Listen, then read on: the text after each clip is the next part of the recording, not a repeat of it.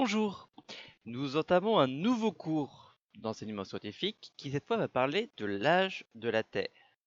Ce qu'il faut bien comprendre, c'est que ce cours-là va permettre d'arriver à la connaissance de l'âge de la Terre, de sa valeur numérique, mais le but surtout, c'est de comprendre comment on est arrivé à cet âge de la Terre, comment on est arrivé à calculer cela et s'apercevoir qu'en fait, cette histoire, c'est surtout une histoire de ce qu'on va appeler des controverses, des personnes qui ne sont pas d'accord et qui vont donc statuer d'abord à partir des arguments non scientifiques, puis à partir d'arguments scientifiques pour arriver à la connaissance de ce qu'est l'âge de la Terre.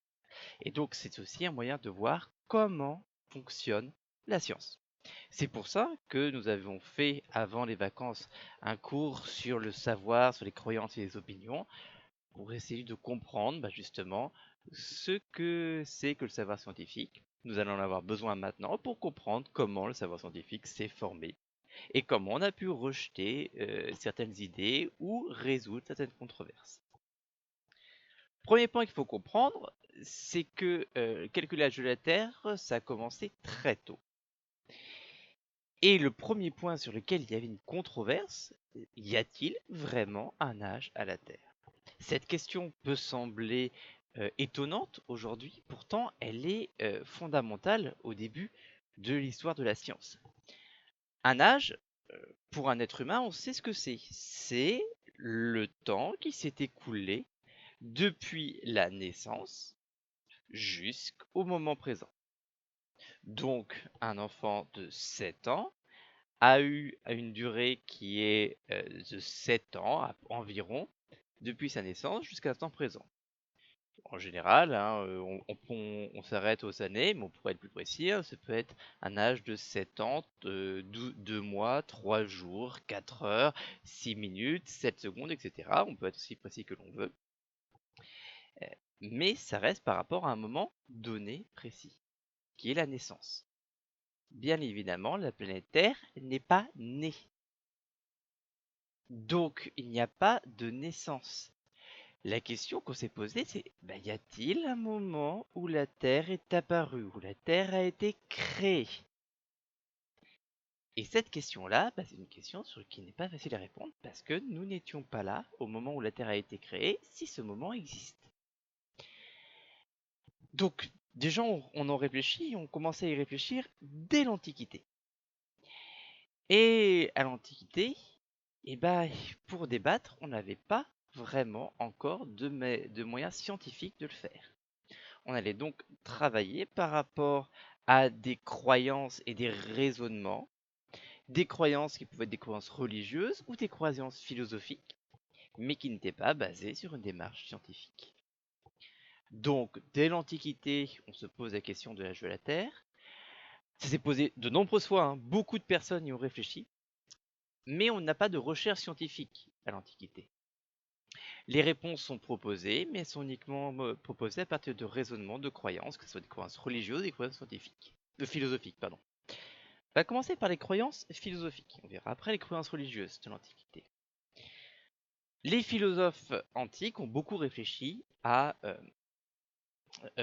l'âge de la Terre. Alors, je ne vais parler ici comme exemple que de philosophes occidentaux et du Proche et du Moyen-Orient. Pensez bien que des philosophes qui réfléchissent à l'âge de la Terre, c'est pas limité à ce qui s'est passé en Europe, en Afrique du Nord et puis en Proche-Asie. On a eu des raisonnements philosophiques partout dans le monde sur l'âge de la Terre. Et extrêmement bien, on les a par exemple extrêmement bien documentés pour tout ce qui est de l'Extrême-Orient, notamment au niveau de la Chine et de l'Inde. Mais ça ne veut pas dire, on a eu des philosophes qui ont réfléchi aussi là-dessus en Amérique, en Océanie, en Afrique, etc. Donc, vous avez ici une représentation de quelques philosophes antiques, et notamment des deux philosophes antiques les plus influents pour la suite, pour l'Occident, Platon, qui est ici, et Aristote.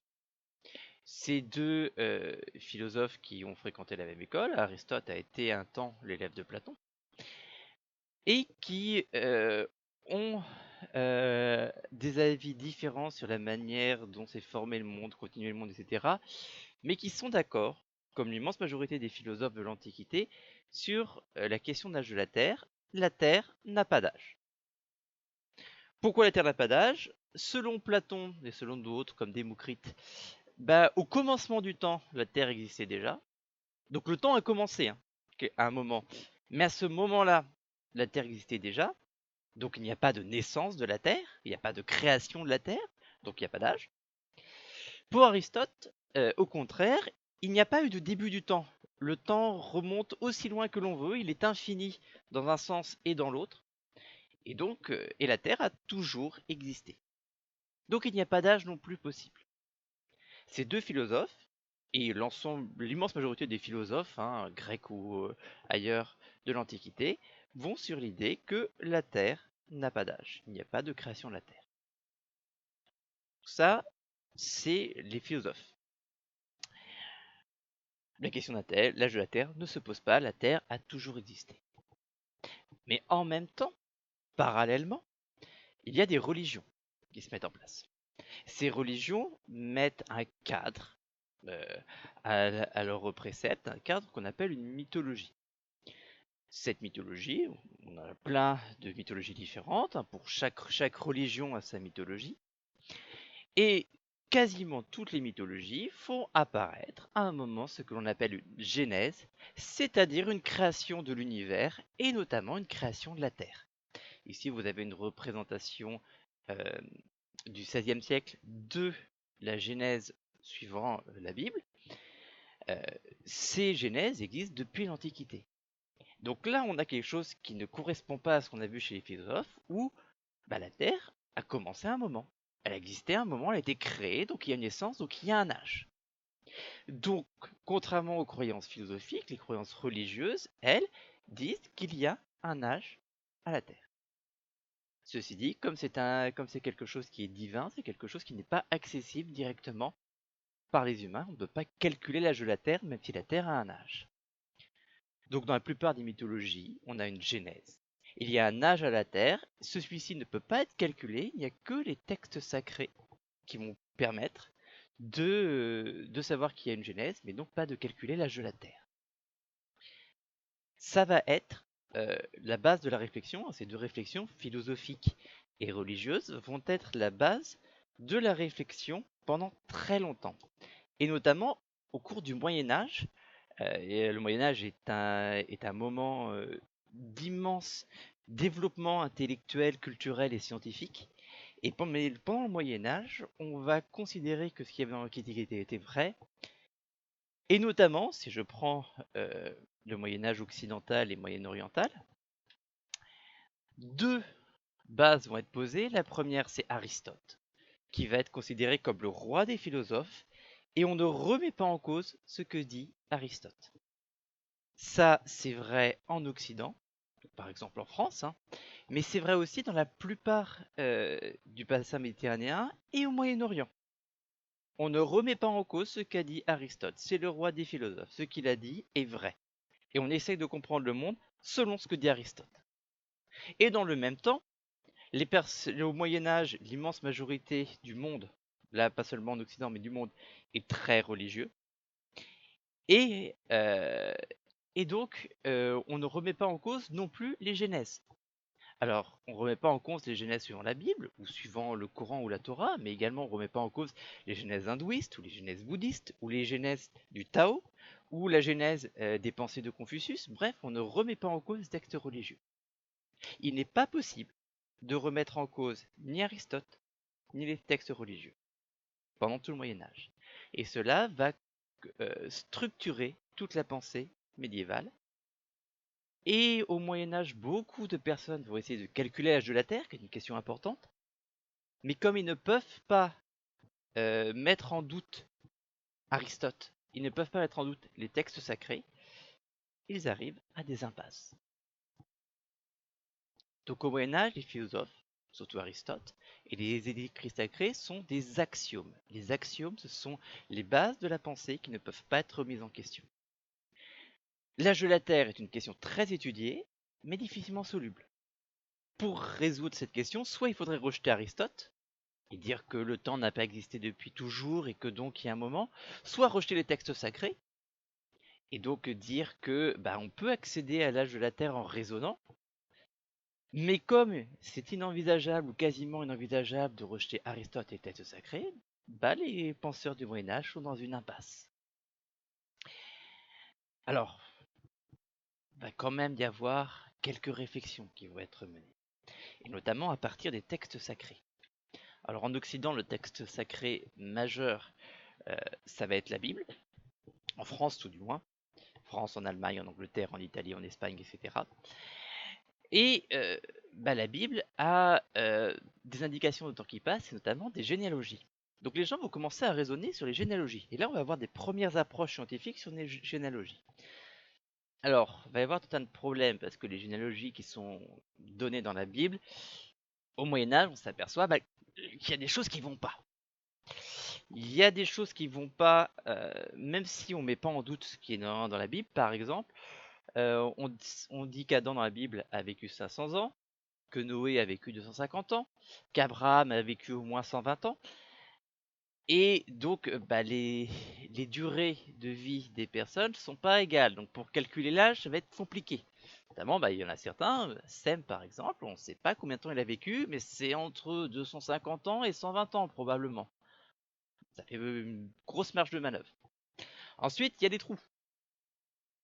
Il y a des endroits où la généalogie est perdue.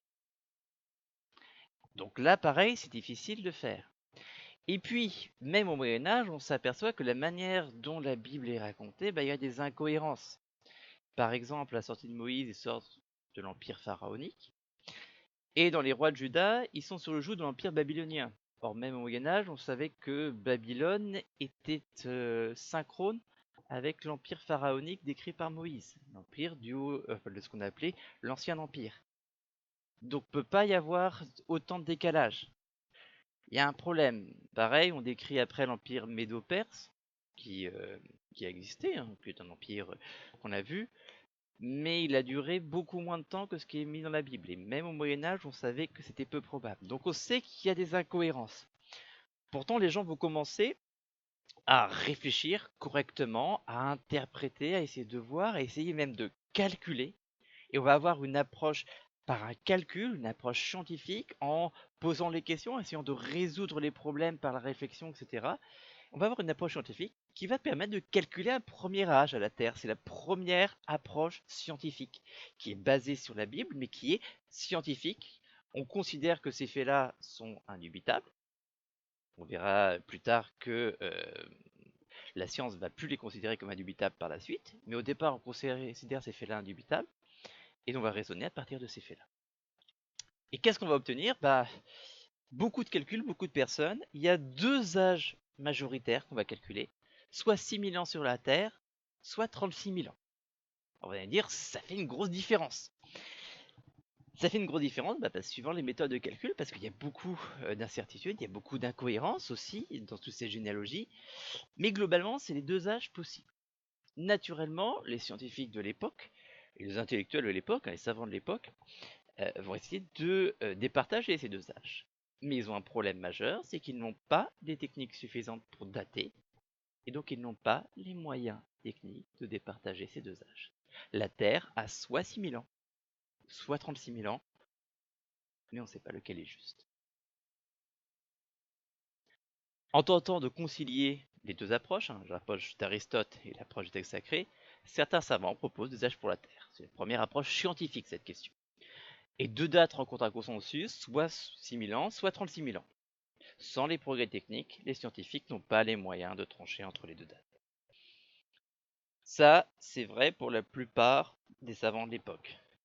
Sauf que, nous verrons la semaine prochaine, un scientifique français particulièrement génial, qui s'appelle Jean Buridan, va être capable, au Moyen-Âge, de trancher et d'apporter une réponse en disant « Non mais là, vos deux dates, elles sont totalement fausses.